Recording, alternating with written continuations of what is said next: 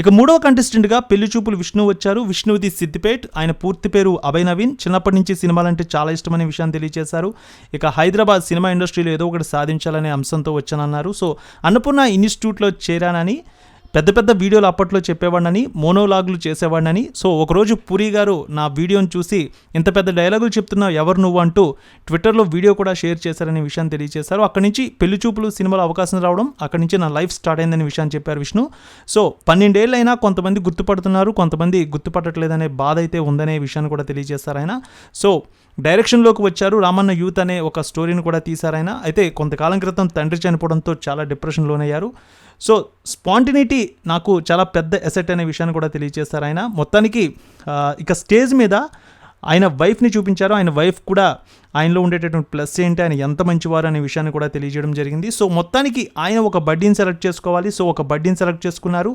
So 4th కంటెస్టెంట్గా ప్రేరణ అనే ఆమె రావడం జరిగింది. సంతోషంగా ఉండాలి, జాలీగా ఉండాలనే తన కాన్సెప్ట్ అనే విషయాన్ని కూడా ప్రేరణ తెలియజేశారు.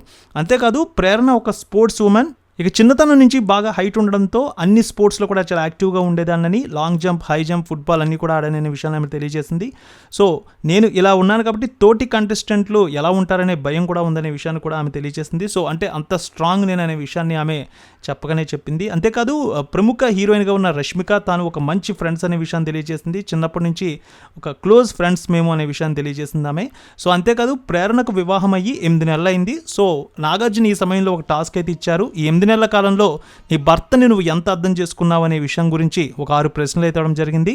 సో ఆమె భర్త పేరు శ్రీపాద. సో రొమాంటిక్ అబద్ధాలు చెప్పడం, కుకింగ్, ఫైట్స్, అలాగే సారీ చెప్పేది ముందెవరు, ఫన్నీయెస్ట్ ఎవరు, ఇవన్నీ కూడా నాగార్జున ప్రశ్నలు అడగడం జరిగింది. తనదైన శైలిలో ఆమె సమాధానాలు చెప్పింది. సో భార్యాభర్తలకు సంబంధించినటువంటి ఈ యొక్క సమాధానాల గురించి హైలైట్ చేయడం జరిగింది. మొత్తానికి ఇలాగా 4 కంటెస్టెంట్స్ అయితే హౌస్లోకి ఇప్పటికే వెళ్ళడం జరిగింది.